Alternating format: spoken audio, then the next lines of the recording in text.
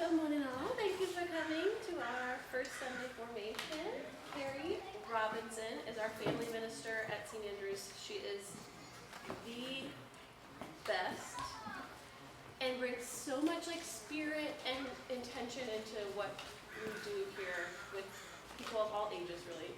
So I asked her one day if she would do a first Sunday formation to talk a little bit about that spirit and that intention and how just to learn from her, honestly. She is so gifted at this work and she's so called to it that I just learned a lot from her. Anyway, I'm gonna cry because I love Kari so much. And I just want all of us to learn from her. I think a lot of times, always, children's and youth ministry are the ministries and churches that are most often kind of put aside and treated as less important. And I think a huge gift of St. Andrews is our children, and we have this vibrant ministry of children, and it's partly because of Kari, partly because of the kind of DNA of this place. But I'm just really committed to integrating children's ministry into everything we do. That it's a job of all of us, right? Not just parents. It's gonna come back. Sometimes it just likes to go away. I haven't pressed it. Okay. So that's what's really important to me, that we are integrating the ministry to children and the ministry of children into everything we do. So without further ado, Kari Robinson. And I'll be recording this for YouTube later. Hooray, Kari! Thank you for coming. I wanted to start by introducing myself. I know most of you here know me, but maybe you haven't gotten a chance to hear about my educational background and kind of why I do this. So I went to UC Santa Barbara and graduated with a degree in psychology. I focused my coursework on early childhood education, early childhood development. I minored in education, and I also took enough classes in religious studies to get a minor if they had offered one. So that was the bulk of my coursework, was all with relating to children and religion. So those are definitely the things that are most interesting to me and the things that I'm passionate about. In college, I worked with youth at a nearby church, and then I worked as a preschool teacher after I graduated, working primarily with infants. And in college, I worked in the infant cognition lab as a research assistant, as well as a research assistant in the education lab. So research studies in science and psychology all are really fascinating to me. So a lot of my presentation is actually the science of theology, the science of children's spirituality. So I hope that you find it as interesting as I do. I love working here. I've been here about 4.5 years now. So that once I came here, that was my introduction to the Episcopal Church, but we have a lot of good resources for formation work in the Episcopal Church. So a lot of my resources today came from a symposium on children's spirituality that I was a participant in a few months ago that I just thought was so cool, and I wanted to share it with you. Okay, so the first thing I wanted to start with is this little sentence. This is part of the baptismal vow that we as a church community make to all people who are baptized. So it's something that you very likely have said if you've been at any baptism in our church. And so you've already made this promise to do all in your power to support people in their life with Christ. And that's whether they're an adult or whether they're children. And I think that's a really big promise, and we don't always think about that promise that we've made and how we can live it up. So that's kind of the point of this presentation.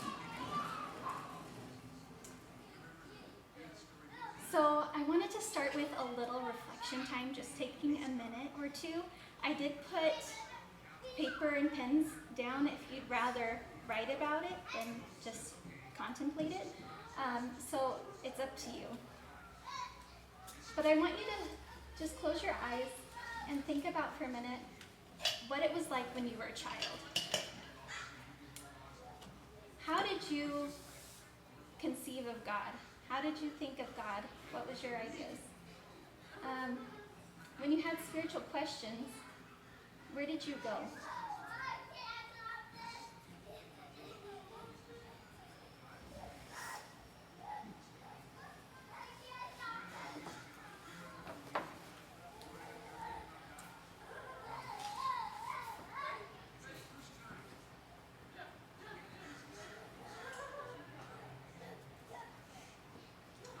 Now, if you attended church as a child, how did you feel in church? What were the messages that you received as a child that were spoken to you or unspoken and were just the culture of the church that you attended?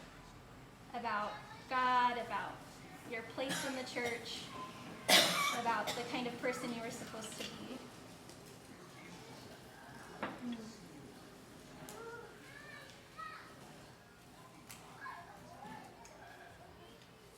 And then I want you to imagine the people who were most important in your formation. Who were the people in your life that helped you become formed into the person that you are today? This can be in church, this can be in school, anywhere in your life. Who were those people and why were they important to you? So many big questions. So many big questions. You can definitely take more time later. I'm not going to ask you to share. I just wanted to put that in your mind as kind of a way to frame what we're going to talk about. So, why should we care about the spirituality of children?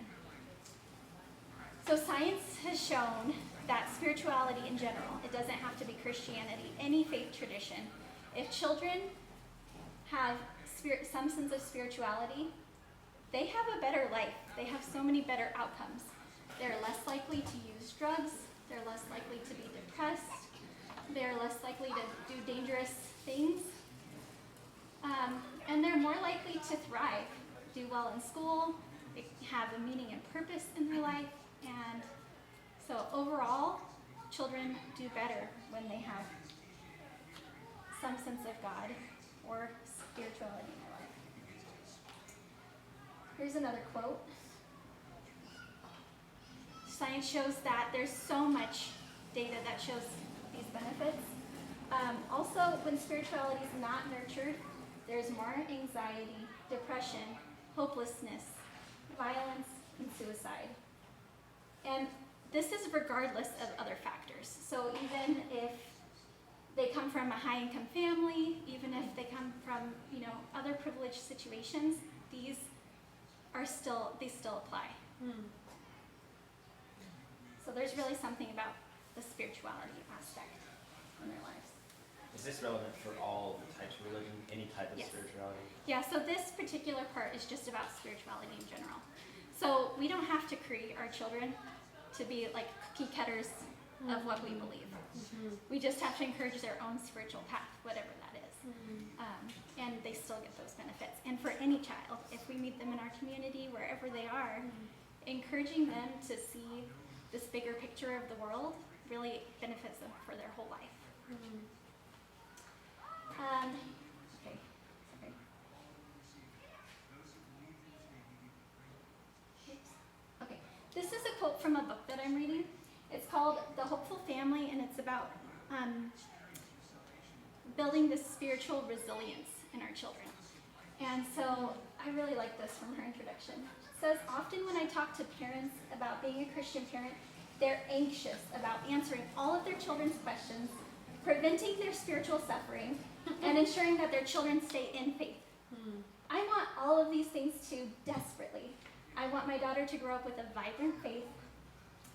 No matter what happens in her life, I want her to be grounded in the idea that God loves her and that her ultimate worth is as a child of God.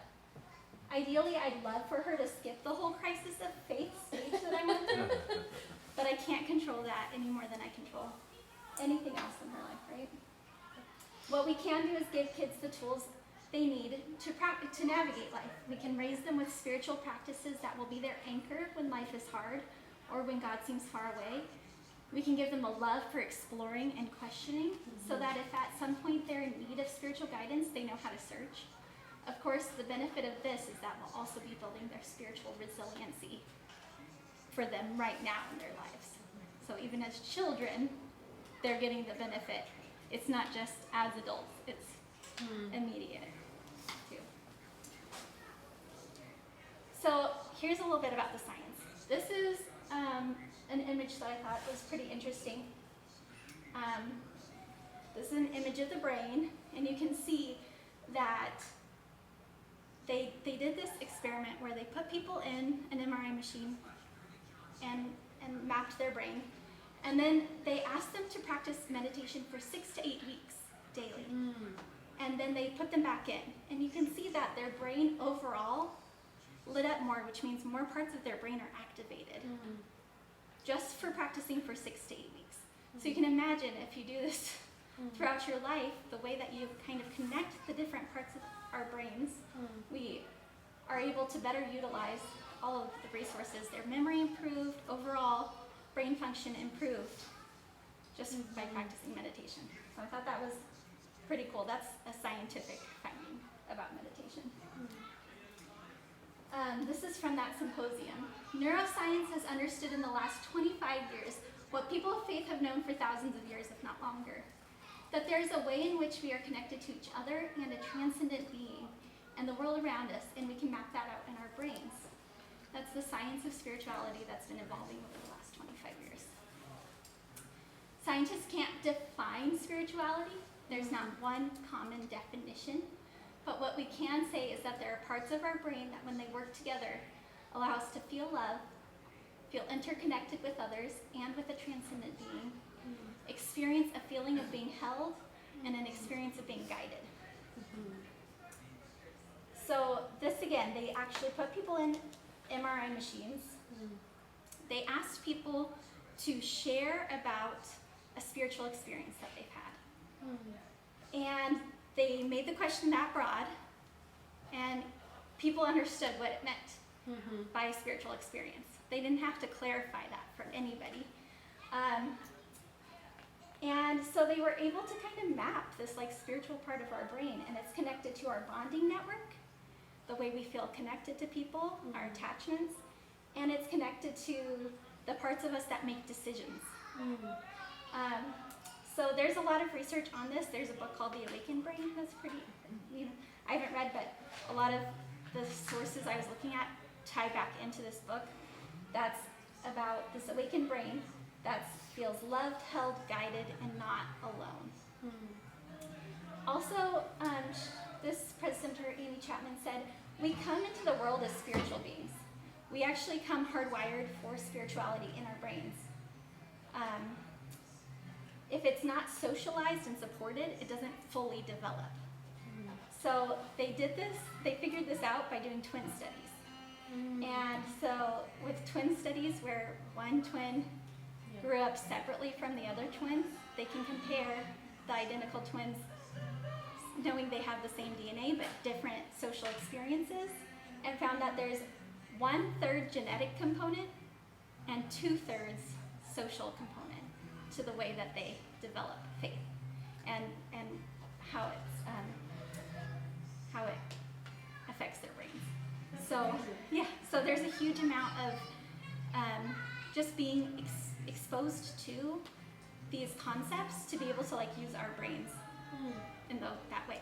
So we actually have to practice it to get better at it, like most things. Okay. So super interesting. I really enjoy neurotheology, but I have to move on. So I wanted to talk about formation. So Christian formation, we call this our formation hour. And so I wanted to define what that means. Christian formation is the lifelong journey of growing in faith. So it's not just for children, it's really for anybody. It's the idea that we are formed throughout all of our experiences, throughout our life. We're constantly being reformed, transformed by our experiences with God and our experiences with the world.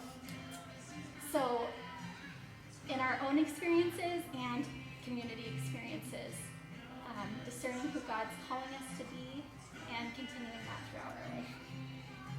Here's a quote that I thought was interesting. The church has treated Sunday school as the meat and potatoes of formation, rather than just dessert. Moms and dads have abdicated consciously and subconsciously their role to the church in forming their own children in faith.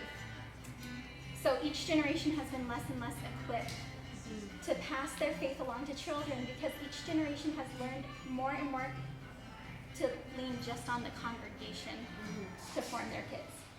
So the church can do a lot in supporting faith, but we also have to support parents at home to be able to really give them like a solid foundation and a chance to explore all the different aspects of their faith. So I'm not going to talk a lot about how to do that at home, but I think that's part of the conversation. How do we do that at home, and how do we do that at church? How do we do that as parents, and how do we do that as people who aren't parents but attend our church and want to support? So we need both. We need non-parents and experienced, seasoned parents to also participate in the ministries for our children, and in general, just supporting the children who are here and around them, even if they're not a Sunday school teacher. If you're not involved as a volunteer, you still have a role. What are the reasons for parents advocating a lot of that responsibility to the church, and why don't parents? Why aren't they more involved at home and teaching there? Right, I think, so that's a really good question. I don't think I necessarily know the answer, but from what I've read, there's a big shift where Sunday school started, because for a long time Sunday school didn't exist, and parents saw it as this way of like being able to attend church without their children having to be on them the whole time. They were able to like kind of separate, and I think along with that separation there was just less of that opportunity for kids to see what church was like, because they were separated the whole time. We do kind of hybrid here, so kids leave for part, but they do come back for the Eucharist, and they're involved in a lot of other ways in the church. But for a long time it was really separate, and overall spirituality, religion has been declining in the United States. So I think people don't necessarily have that connection that they had. Like, it's not just necessarily passed down from parents to children. But I'm sure that there's a lot more information about that. People who study just that, So this is another way to think about formation versus education. Instead of seeing it as the staircase where we like achieve, we learn, we grow, and we're moving forward and progressing in our faith till we like reach this end goal of like knowing what we need to know and being, this perfect Christian. It's really more of this idea that it's a spiral that we're all part of. And so we use the spiral as a curriculum guide for godly play. And it connects to like our lectionary, our liturgical year, of how we re-encounter the same stories over and over again, because each time we encounter them, we're different than the last time we heard it. So we get something more out of it. So we're formed and we grow in our faith through our experiences and circling back and experiencing and re-experiencing and looking at texts again. And so we don't see children as these empty beings who need us to pour all the correct answers into, but instead to know that maybe they only pick up a part of the story this time, but they'll come back around hopefully, and they'll get to learn something different. And so our responsibility is not to have all the answers or to get it all right, but it really is to just be part of that journey for them. And so maybe something they hear sticks, or maybe you're planting a seed for the future, and that's going to be part of how they grow. This quote, I really liked. It says, ultimately, we're only formed by God. So it kind of takes the pressure off of us. It's not our jobs to form the children of our church is just to be engaged in the process of them encountering God so that they can experience their own formation. So, whoops. I'm getting confused. Okay. This is another quote from that book. When I had my own child, I felt overwhelmed by the desire to get it right when it came to teaching her about the faith. I forgot one of the things I had learned years ago, that I didn't have to bring God to children. That children are innately spiritual, and I think this is an assumption we're making, but I think that if you spend time around children, you see that. Yeah. It's just really clear. So this was this new idea that someone shared with me this week, the idea of the beginner's mind. And it's how children are often in awe of the things that we take for granted or find ordinary in the environment. They'll examine something so closely with wonder and curiosity. And so Jesus talks about this innocence and the searching of children, and encourages us to be more like children in this way. So it allows for this openness of the work of the Holy Spirit to form our children, but also for us to be formed by our experiences with children. So it's not just a one-way flow in formation. It's not about just what we're doing for the children, but just by being involved, we're being transformed in those relationships and those experiences too. This is another science thing, which I thought was really cool. So this was actually done with preschool children. So they found that testimony from adults is really important. Sharing our spiritual experiences and the sacred stories gives our children the words, the language, the customs for them to be able to understand and practice faith. And so when children frequently hear about God's existence and activity from trustworthy people, they become accustomed to certain phenomena being explained by religious means, and they're much more likely to make sense of their world using a religious framework, and to see that framework as real rather than improbable. And they'll come to embrace these ideas as their own theological discoveries. They will come to think of their representation of God and God's powers as their own ideas. And what I think is really interesting about this is who children trust as reliable advisors. So there's three factors: the familiarity of the adult, the quality of their parent-child attachment, and the accuracy of the advisor's information in the past. And so as they grow, the different factors take on different weight.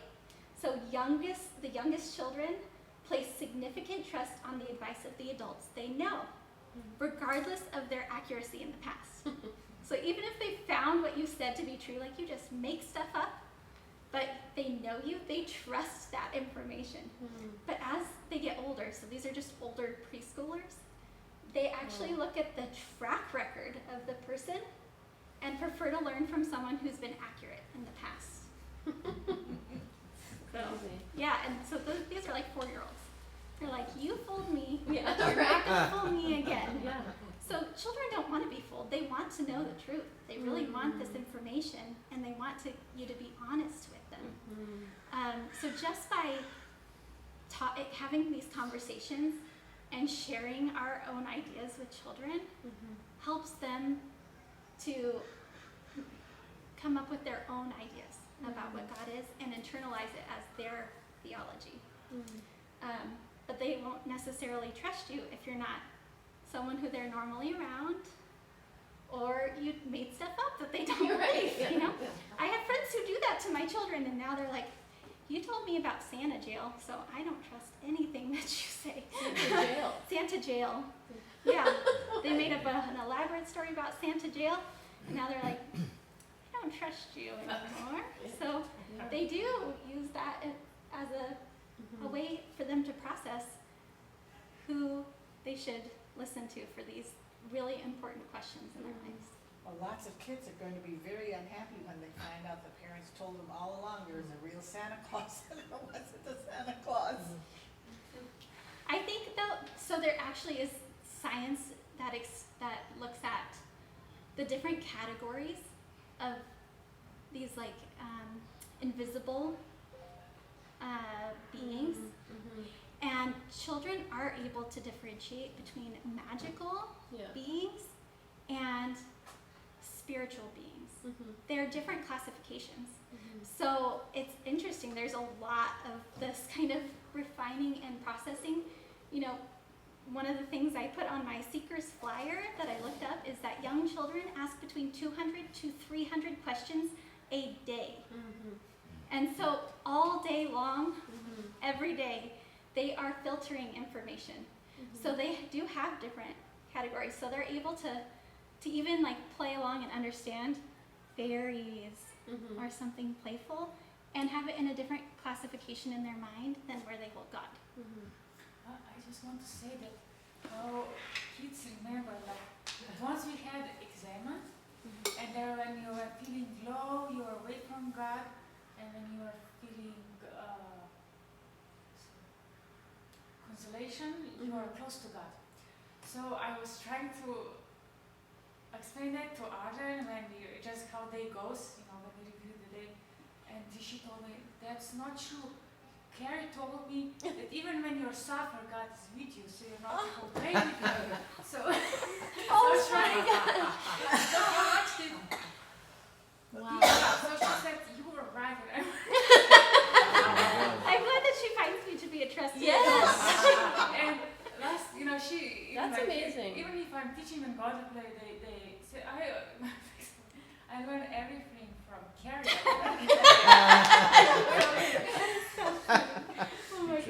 But Arden, she like we were talking about exam and it was St. Ignatius, and like she thought your view like God is always with you even when you suffer. It's like more true, and I'm not that authority. What an amazing thing for her to have. She remembered, yeah. Yeah, that's cool. That's really cool. This is another one of the presentations. The author of the book Little Theologians, it's this case, he did case studies in Canada in 4 different churches in completely different cultural contexts to look at how culture and the church shape our children and the ways that they have things in common and the things that were different about them. And so I'm only touching on a tiny part of it, but basically one of the big things that stuck out from his presentation to me was that as he did this research work and he had these conversations with children, he could tell that just the method of conversing with the children, that they were making theological discoveries as he interviewed them. So they were listening to the other children in their group, and they were listening to the researchers, and they were processing in real time what their theology was to be able to communicate it.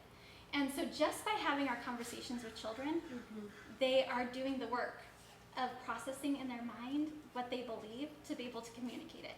So conversation with children is key. It's how we build relationships, and if we don't have relationship with children, we're not having an impact on them. So just by talking to kids and talking about God and talking about where we see God in our lives, our own spiritual experiences, that helps them to figure out what they believe and to be able to say it in words.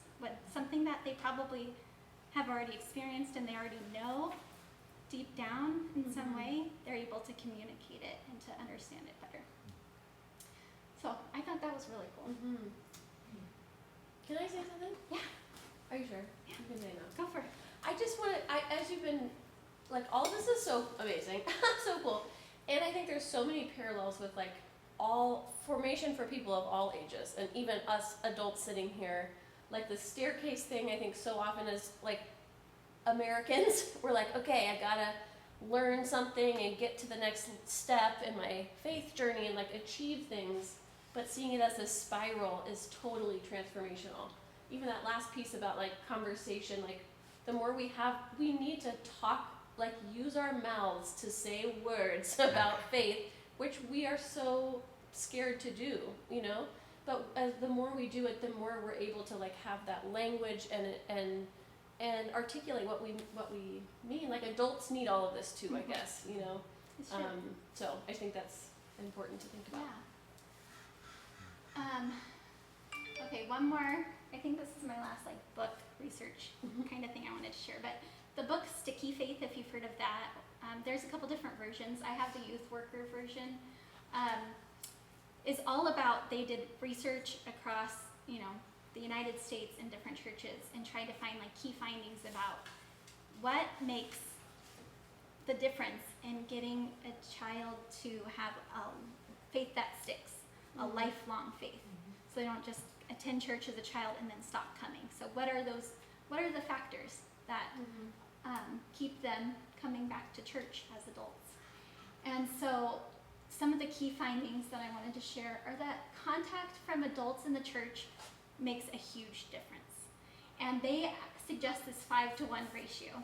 And it's not 1 adult to 5 youth. It's 5 caring adults to each youth.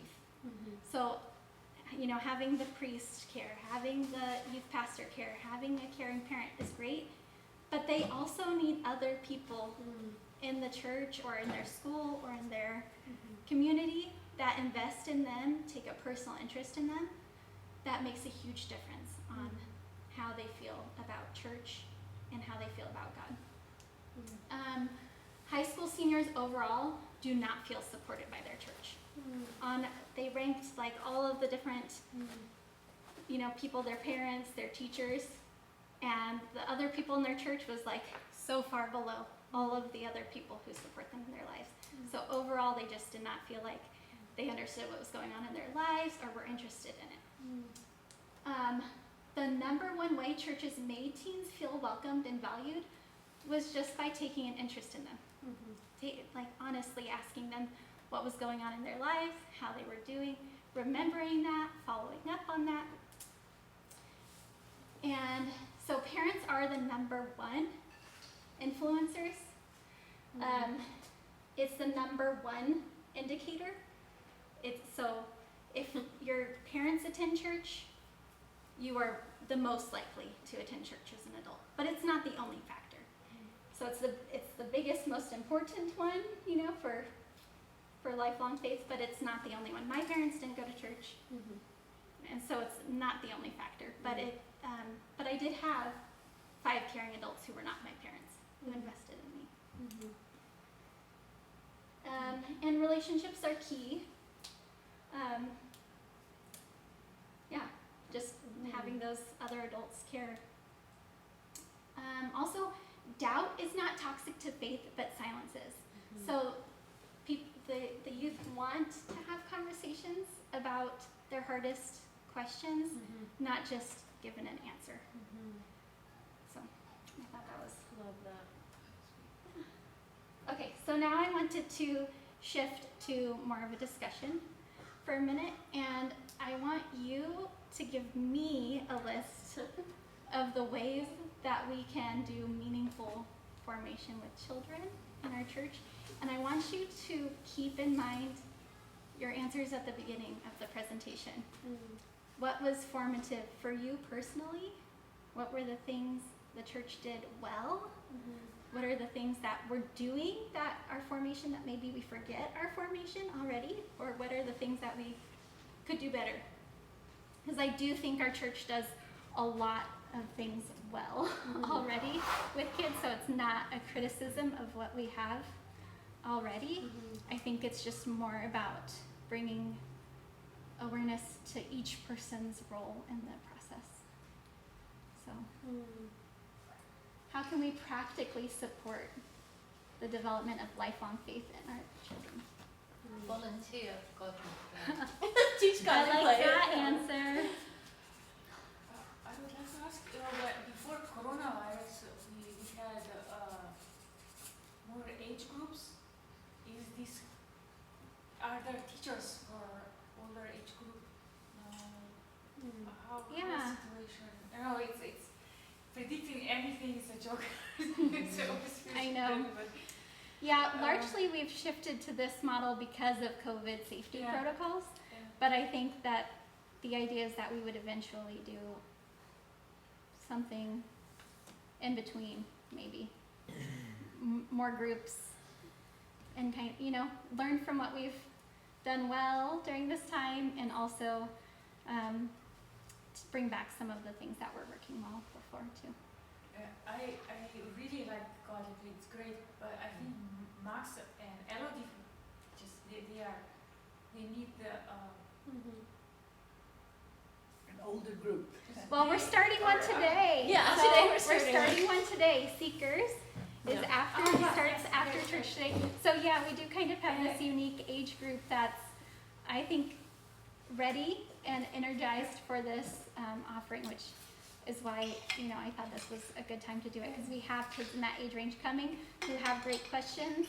And like I said, I honestly think it's a great formation experience for the adults who are going to come and be a part of the conversation as much as the children who are going to come. I was thinking maybe the older kids can have books. I think there are so many good books. Yeah. Yeah, books. Nowadays there are so many. I know, I have so many too, so I love to share those if you want to look. I meant to get like a whole bunch from my office, and then I said, that's too much today. But I think that for at home too, having spiritual books is a Yeah. great way. That way you don't even necessarily have to be the one constantly telling your kids. They can look things up. Ella surprises me because I gave her the reading for her Lenten devotional, and she was like, "Oh, I know this story." I was like, "I don't think you do. I don't really know this story." And this is a weird one. But she was telling me it as I was reading it to her, and I was like, "You do know it. Why do you know this?" And she said, "From the Lego Bible. Yeah, I read the whole Lego Bible, so I know all the stories now." Oh, wow. And she really remembered it. So Is it even though Lego I, Bible? even It's though really I good. wasn't the one sharing that direct information with her, she was still able to use it as a resource. So I do think books are a great way to do Lego that. Bible. Oh yeah, it's like pictures of Legos acting out all the stories. It's All the really good. Maybe Gary more- has I need to get that. It's really good. It's really bizarre, but it's it's a works. tool for kids to get interested in the stories. I actually think books. What if we had like a cart that we like rolled out on Sundays? Like my bookshelves are full of like kids books, spirituality. Yeah, I was thinking kids like books. maybe like a book swap exchange, so like every Yeah. time that a Yeah. child comes, they can bring one, and they Yeah, have to take, we can they have a have little to library. bring theirs back. Yeah, I think Yeah, that's library. great because we had talked about really Yeah. investing more in sort of like Oh, she's so a book library for our preschool teachers to use and overall, and we do have funds for that. So yeah. We're gonna do that. we're gonna make it happen. Great. like Yeah, It'd be cool. Every Sunday we can do enjoy, it. I enjoy kids' books. Yeah. Really enjoy them. Me too. Me too. Me too. How Helen, about movies? movies? Yeah. And you do a movie, and then after that you have a discussion with the kids, and they can say whatever they want to, but it's a chance for different age groups to talk about things. Yeah. Helen, sorry. We were talking about books, and it reminded me of something I started doing in Godly Play. We have some really nice picture Bibles. And so when we do a story which captures the imagination, which is really exciting, like Daniel in the lion's den. So you pull out the picture and show them the picture of the story that you've just done. I don't know if it really works, but it's a fun way to use those books upstairs. Yeah, there's a section in The Hopeful Family about beautiful books. And her definition is those books that when you read them, you get lost inside them. Like you feel like you are in the story. And so having these really powerful, books for the children to connect to that integrate them into it, that exposes them to these like sacred texts in a different way. So I do think, a good children's Bible with diverse, images is an important part. But I think, if we are showing images to children, having different types of images is really important in helping them to understand that there's not just one correct type of representation of God or Jesus or any of the characters really. I've always wondered when kids maybe like graduate kindergarten or something, I feel like we could give them one of these great picture story Yeah, Bibles. remember we did come up with the milestone Yeah. things. I just haven't we haven't officially done Yeah. that. But I came up with a guide of like at these different life stages we would gift certain Yeah. important texts to them. So I think we should do that. Yeah. Yeah, that would mean a lot to the Mhm. child receiving it. When our preschoolers graduate pre-K, I give them a book. Usually I give them this picture book called When God Made You. That's really sweet. So I think there's different, like milestones, like you're saying, that we could engage in more. I'm like so struck by what you said about high school seniors. Yes. I don't know. I remember being a high school senior. I also felt unsupported by my church. But I don't know. It's like, what is it? Part of me is like, well, they got to come here so we can support them. But maybe it's just we like send packages and like send things to them so they know we love them. Yeah, I think that's And a like really commit to interesting- never asking a high school senior, what are you going to do after graduation? Like we could be the one place that nobody asks you that question, you know? Yeah. Because I remember being a senior and being like, everybody asks me this question. I don't know. Yeah. I think that'd be cool. We could make a pledge Yeah. to the parish, and then they would know when they come here they'll never be pressured. Yeah. Kari, how about like activities, like, you can connect God to stewardship of the planet, and one of those activities could be picking up trash, planting trees, something that has to do with that relationship. Yeah. Yeah, there was that whole preschool section, a lot of it was about like how children develop their like morality. And a big part of it is experiencing like giving back in altruistic ways. Another cool part of that was she said that a big way for helping our children develop like empathy and understanding for caring for others is because they find family relationships to be so important by referring to all people as your brothers and your sisters, or calling the people in our church these like family names. It makes them care more about people.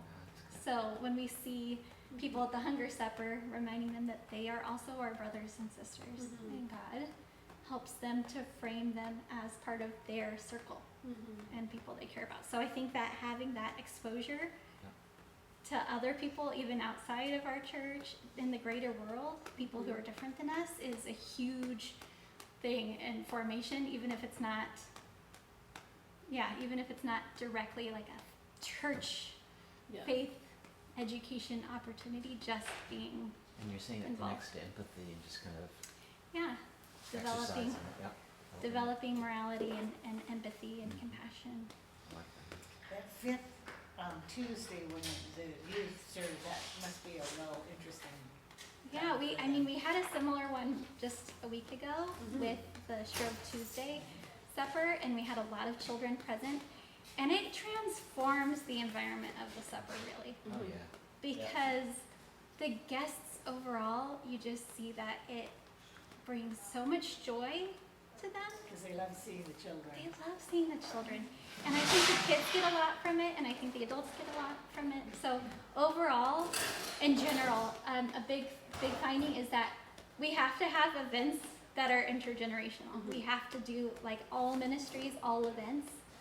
And I mean, not every event, but the overall sense that everybody's welcome, regardless of the age, regardless of what we're doing, whether it's Altar Guild or a movie night, that we want Altar Guild to come to movie night, and we want children to come to Altar Guild, and because you don't make relationships if you're not spending time together. So overall, intergenerational Well, is tell Andrea, the huge. next time we have an altar guild meeting, you better invite the children. Well, I think, if you identify the children who are interested, Yeah, they can like the do it. ones who are like, I love this, table, covering, or I brought flowers up to the altar, Yeah. then to invite them and say, I noticed that you're taking an interest. Like your We daughter. have a ministry for that. I would like you to come be my guest at the next meeting. That would be huge, even more than just going up and saying, all children are invited to the Altar Guild meeting, I think then people are like, that's nice and kind of crazy, but is there childcare? Like, what is that about?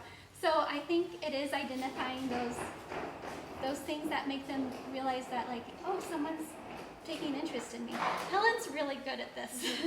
Helen is Yeah. just like, you teach me so much about how to do that for children because you're constantly noticing these little details and then making them feel so special. Mhm. And so I just, like with the brooches last week, she let Elodie help pick out the brooches she's going to wear to church. And those things just make her feel like, I am important here and people care about my opinion and like notice me and the things I'm interested in. And like honestly, that's so beautiful. I think that's even better than walking away going, and now I know the story of Jonah and the whale. Right. Yeah. Right. It's like, wow, someone loves me, and that tells me a little bit about God's love. Oh, yes. Yes. So you do that especially well. So like, be like Helen, I have I think. I have one tip. If a child brings a stuffed toy with them, ask the name of the toy and Yeah. remember the name. Bun Bun. I can recognize Bun Bun now. That's huge. Yeah, That's because huge. that is important to the child. Yeah. Yeah. Like, there's a saying that says there's no, like, to a child, who's bringing you, like, their small problems, their small things, and then they don't bring you when they're bigger, they're big things. It's because to them it was always big things. But if you don't see their things as big things because it's big to them, then later on, their big things, they don't feel safe sharing them with you. So like their name of their stuffed animal, that's huge to them. Absolutely. That's their best friend, Yeah. And so they can share so much. It's a great way to connect. I think that's beautiful. I've noticed Sarah Oswald on Altar Guild doing this when kids are around. She's like, do you want to help me? Yes. This is how we set the chalice up. This is the chalice. And Yeah. all that kind of Yeah, I love the way Sarah helps bring the kids into Yeah. the liturgical actions and those things, because those are memory makers. Those are Yeah. like, they, in some of the books talk about like touch points, like these little like core memories, that the kids make that later on in their life, it brings them back to that. So when maybe they haven't gone to church for a long time, but they come back and then they see the host being brought up, they remember being a child who brought the host up. So it's like all those little things that bring them back to important moments in their faith. And so we can be a part of like those touchstones for them. Like I have one. It's a scientific. Maybe kids could have something at preschool. They contribute to preschool. Maybe with their work. Maybe make a corner nicer. I don't. Just a thought. Like our church kids could help with a preschool project. All the kids. To support our Oh, I preschoolers know. or the maybe preschoolers create of the something, church. It doesn't have to be. Yeah, one of the findings of Sticky Faith is that also older children having interaction with the younger children helps them to feel connected to the church and doing important work. So I think, finding more ways. Were you thinking of like the older children in Sunday school could teach the younger children a special thing? Oh, Were yeah. you thinking of it that way, or preschool to preschool? Like their nursery, like planting trees or picking up trash, they could also want. It's just a thought. It's not. They may not fly. But maybe they could do something for the preschool. Maybe some instead of picking trash, they could do clean up, some cleanups or organizing. Yeah. But maybe Altar Guild, I think it's much more spiritual.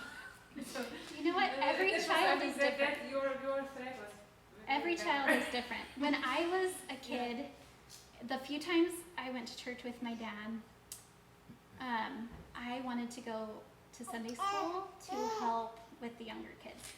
And at some point, they pulled me aside and said, no, you can't go anymore. You have to go sit in church because you're too old.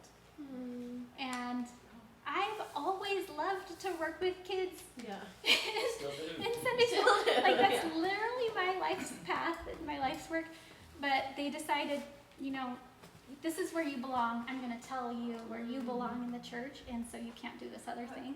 Instead of like noticing that that was a natural inclination and a gift in me Yeah. that they could have supported and nourished. Not that it changed me and I never went back to church, but you know, it was a missed hard part. opportunity. It was a missed Yeah, like opportunity.